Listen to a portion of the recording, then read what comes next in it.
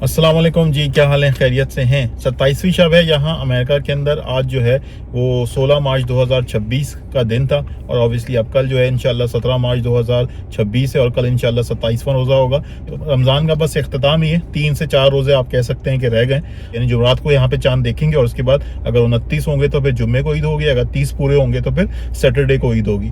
तो खैर रमज़ान का इख्तिताम है और 27वीं शब है और 27वीं शब की बहुत ज़्यादा खासियत है। तो 27वीं शब के हिसाब से तरावी का भी जो एहतमाम था, आप कह सकते हैं कि थोड़ा सा मुख्तलिफ लग रहा था, क्योंकि ऑलरेडी खत्म कुरान तो हो चुका है। अब छोटी सूरतें पढ़ाई, सूरह रहमान की तिलावत हुई है आज, लेकिन यह है कि थोड़ी सी जो वाइब्स थी मस्जिद के अंदर वो थोड़ी सी मुख्तलिफ नजर आ रही थी। और आज मैंने यहाँ पे इस्लामिक सेंटर के अंदर तरावी की नमाज अदा की है। वैसे नॉर्मली मैं घर के पास हम लोगों ने तरावी की नमाज अदा कर रहे हैं, लेकिन आज मैंने कहा चले यहाँ पे इस्लामिक सेंटर में आके देखते हैं कि यहाँ पे क्या माहौल है। ऑब्वियसली यहाँ थोड़ी जगह खुली है, जगह भी बड़ी है एज कम्पेयर टू जो हमारी मस्जिद है, वहाँ पे जगह लिमिटेड है और बहुत ज्यादा लोग नहीं होते। तो आज मैंने यहाँ पे इस्लामिक सेंटर के अंदर 27वीं शब की जो है वो तरावी अदा की। तो अल्लाह ताला का बहुत शुक्र है कि ऑब्वियसली अल्लाह ताला हमें ये सारी नेमतें, ये सारी रहमतें हमें यहाँ पे यूएसए के अंदर भी अता फरमाता है। अगर हम सोचें गजा के मुसलमानों का, अगर हम सोचें वहाँ फलस्तीन के अंदर मस्जिद अक्सा के अंदर जहाँ पे तरावी ही नहीं हो रही, यहाँ पे नमाज ही बहुत टाइम से रुकी हुई और बहुत सालों बाद ऐसा हुआ है कि इस दफा रमजान के अंदर वहाँ मस्जिद अक्सा के अंदर तरावी नहीं हो रही, जो कि बहुत ज्यादा लम्हा फिक्रिया, बहुत ज्यादा अफसोसनाक और बहुत ज्यादा तशवीशनाक बात है पूरी मुसलमान उम्मा के लिए। लेकिन अनफॉर्चुनेटली दुनिया के हालात इस तरह से हैं कि यह सारा सिलसिला हो रहा है। अल्लाह ताला फलस्तीन के गजा के मुसलमानों की मदद फरमाए और वहाँ पे मस्जिद अक्सा के अंदर जो नमाजों का सिलसिला है और ऑब्वियसली इबादत का सिलसिला है वो बहाल हो। मैं भी आपको दिखाता हूँ कि अंदर यहाँ मस्जिद के अंदर इस्लामिक सेंटर के अंदर जो हमने 27वीं शब की तरावी अदा की तो क्या माहौल था। इमाम साहब इनकी तिलावत भी माशाल्लाह से बहुत अच्छी है, तो आप भी इनकी तिलावत सुने और ओवरऑल जो वाइब्स हैं मस्जिद के अंदर वो भी आप देखें।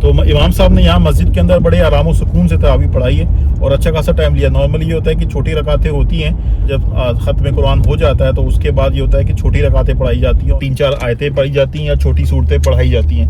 तो इमाम साहब ने सूरह रहमान की तिलावत की, माशाल्लाह से काफ़ी अच्छी तिलावत है उनकी, लेकिन यह कि काफ़ी ठहर के और काफ़ी आराम और सुकून से उन्होंने तिलावत की।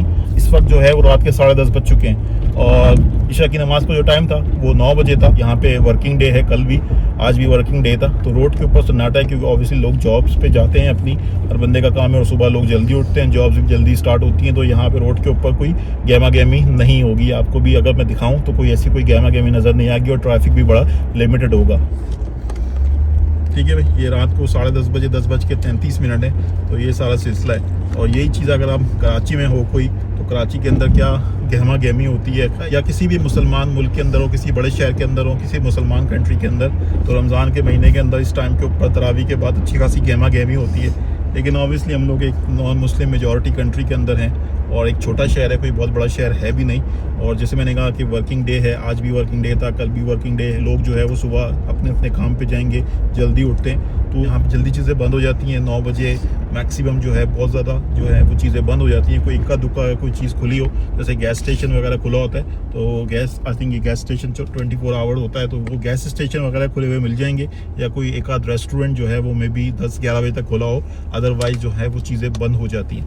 तो ये सारा सिलसिला देखें आप, रोड के ऊपर काफ़ी ज़्यादा सन्नाटा है। तो ये सारा आलम है यहाँ पे, ये सारा माहौल है भाई नॉर्थ कैरोलिना में, इस शहर के अंदर। अच्छा भाई, तो ये सारा सिलसिला है, ये माहौल है यहाँ पे। और मैंने आपको मस्जिद के अंदर भी वाइब्स दिखा दी, यहाँ का भी कुछ माहौल दिखा दिया और साथ ही साथ जो चीज़ें जहन में आई इन्फॉर्मेशन के पॉइंट ऑफ व्यू से वो भी आपके साथ शेयर कर दी। अल्लाह ताला जो भी अब रमज़ान के 3-4 दिन रह गए, अल्लाह ताला हमें रमज़ान की सारी रहमतें और बरकतें अता फरमाए।